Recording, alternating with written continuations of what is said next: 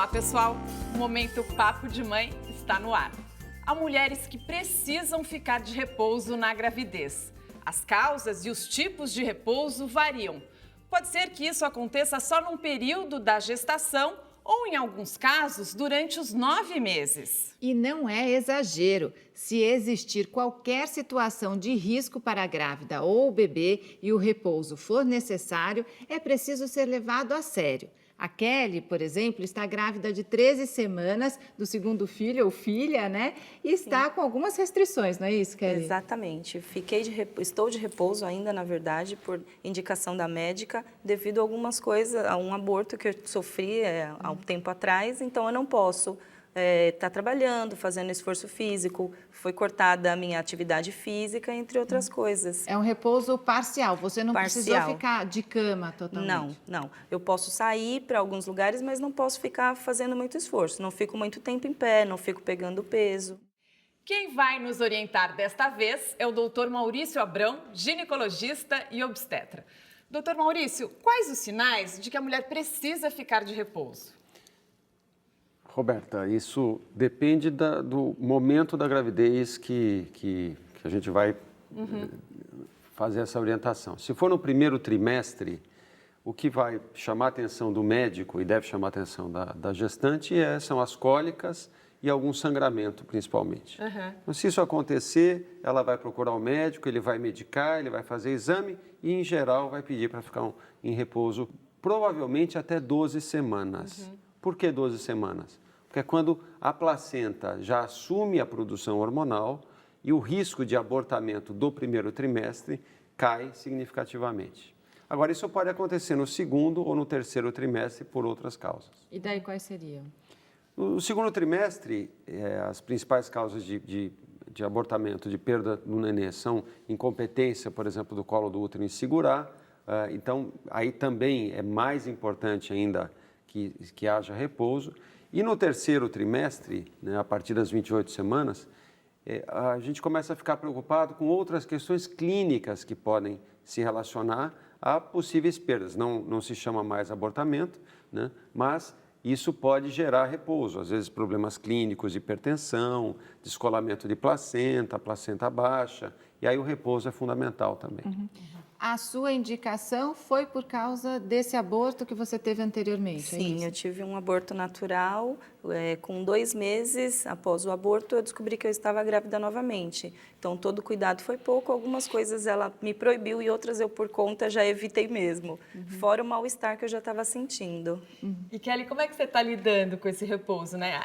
O seu é parcial, graças a Deus, né? Não tem que ficar deitada numa cama, não tem que ficar em casa, mas mesmo assim você está deixando de fazer algumas coisas, né? Sim. A primeira impressão que eu tive foi o medo, porque como eu sofri um aborto, eu tive medo de fazer algumas coisas, mas eu achei que foi uma informação boa para que eu repousasse, para que eu garantisse essa gestação.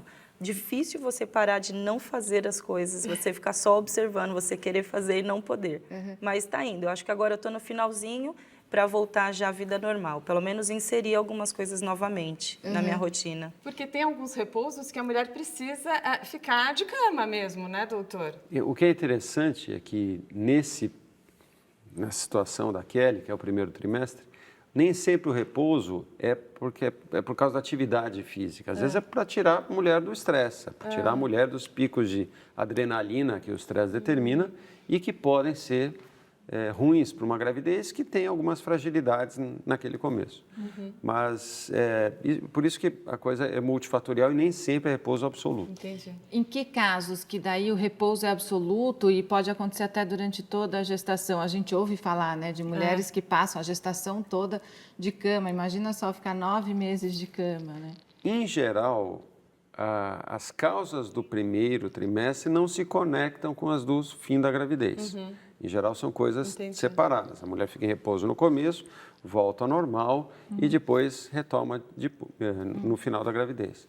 Em situações, por exemplo, onde o colo do útero é incompetente para segurar a gravidez e ela precisa dar aquele ponto no colo do útero para segurar a gravidez, que se chama cerclagem, isso demanda um repouso mais prolongado. E um outro detalhe é a questão, por exemplo, quando a placenta está baixa. A placenta, ela aparece na gravidez a partir das 8 semanas. E, às vezes, ela se implanta de uma forma mais baixa. Em geral, as placentas baixas, elas migram para a parte superior do útero, né, buscando interação com os vasos sanguíneos, tal, para ter a nutrição do nenê. Mas, às vezes, ela persiste. Gostaria de aproveitar e fazer uma pergunta. Quando eu sofri o aborto, eu fiz uma sequência de exames de sangue para acompanhar o crescimento dos hormônios. É necessário que eu faça nessa segunda gestação, se está correndo tudo bem, porque está acontecendo e eu não preciso me preocupar em, o mês seguinte, algum esforço que eu faça não vai causar um possível abortamento. Então, Kelly, no começo da gravidez, o hormônio da gravidez, que é chamado beta-HCG, Sim. ele serve para a gente ver se a gravidez está evoluindo. A partir do momento que ele cresce, a gente não controla mais com o beta-HCG. A gente controla com ultrassom, com os batimentos cardíacos, enfim, com a evolução, com o crescimento da gravidez e não mais com beta-HCG. Ok, então tudo bem. Obrigada. Olha, a gente vai fazer um pequeno intervalo e já volta. No próximo bloco, o Dr. Maurício vai explicar em que casos a grávida precisa ficar internada. Fique com o Momento Papo de Mãe.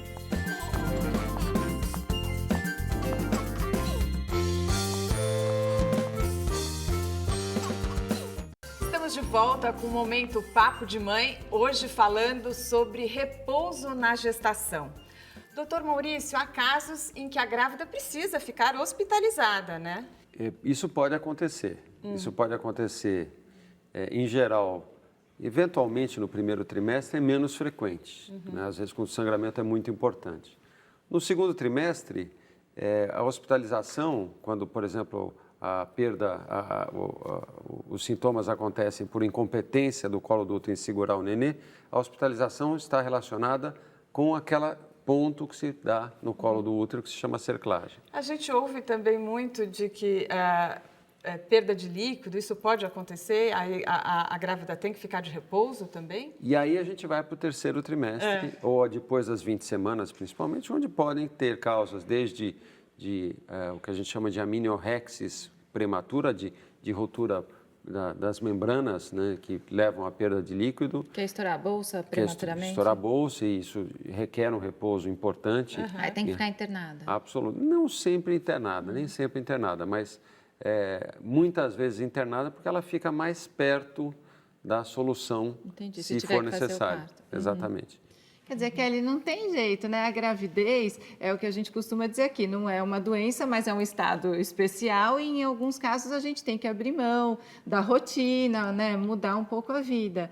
Para você, o que está sendo mais difícil nessa mudança? Por exemplo, você está sem trabalhar, como é que fica? Sim, muito ruim. Sinto falta porque o meu trabalho envolve eventos, viagens, é muita correria, não é algo que eu fico sentadinha no escritório. Então, eu sinto falta de estar fazendo todos minha rotina mesmo. Além do que, o serviço de casa também. Não estou me esforçando, não estou carregando peso. Então, às vezes você quer fazer e não faz, não pode, na verdade. E mas aí agora tem que contar com ajuda, né? tem que contar com ajuda. Tem coisas Todo que não tempo dá pra você fazer ficar mesmo, pedindo, né, exatamente. Kelly? É muito ruim. Eu estou sentindo falta de poder fazer o ir e vir, né?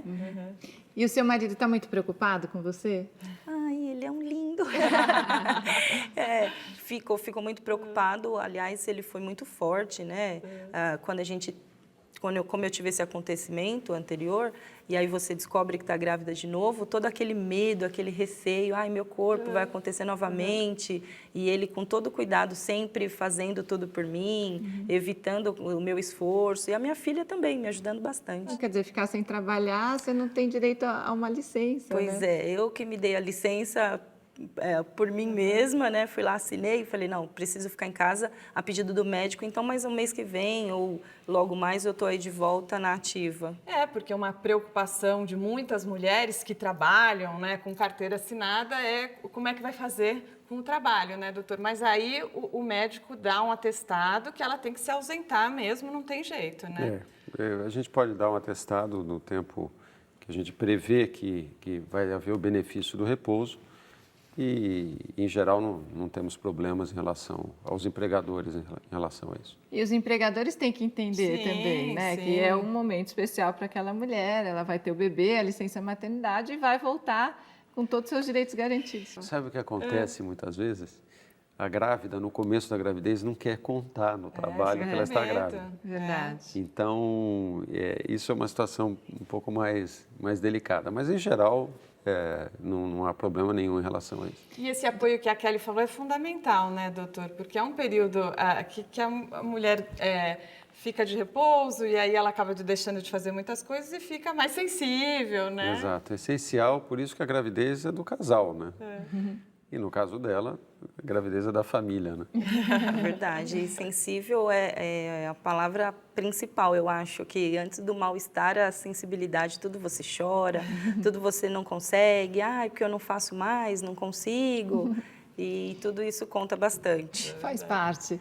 Doutor Maurício, eu tenho aqui uma pergunta enviada pela telespectadora Selma Fiuza, de Ubatuba, litoral de São Paulo.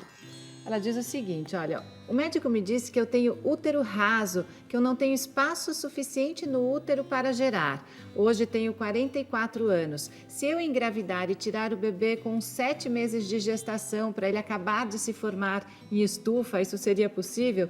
Ter um bebê totalmente formado ou não? Selma, tem algumas questões específicas. Primeiro, esse conceito de útero raso é um conceito meio controverso, quer dizer, não é sempre que há formas de se tratar o evoluir da gravidez que possam ajudar a mulher a que a gravidez possa ir mais para frente, o mais para frente possível. E um outro detalhe importante é que hoje existe uma grande evolução dos berçários no sentido de receber nenês prematuros também. Então, essa evolução permite com que, às vezes, nenês pequenininhos possam nascer, enfim. Mas o ideal, obviamente, é que a gravidez vá a termo, que é assim que a gente chama, ou seja, uma gravidez com mais de 37 semanas e que vai gerar, obviamente, muito menos riscos para o nenê quando nasce, em termos de bem-estar em geral. Bom, então tem uma chance aí, né? Olha, Selma, essa é a opinião do Dr. Maurício. Obrigada por nos escrever e boa sorte para você. Dr. Maurício, obrigada pela participação aqui no programa. Foi ótimo estar aqui com vocês. Kelly, muito obrigada por ter dividido a sua história aqui com a gente. Isso, eu que agradeço. Muito obrigada pelo convite. Vai dar tudo certo e depois você conta pra gente se é menino, se é menina. Sim, pode deixar. Manda uma fotinha. Pode deixar, muito obrigada. Olha, esse é o Momento Papo de Mãe. A dica de hoje é esse livro aqui, olha. Diário de Bordo do Parto, da Luciana Herrero. É um livro bem ilustrado e com muita informação para você. Até o nosso próximo programa. Até lá, tchau! Aqui vai uma dica para você que está grávida e que seu médico pediu para você ficar em repouso. Fique em repouso de verdade, porque esse é um super investimento lá na frente. Investimento para a gravidez em frente, para você ter menos risco de parto prematuro.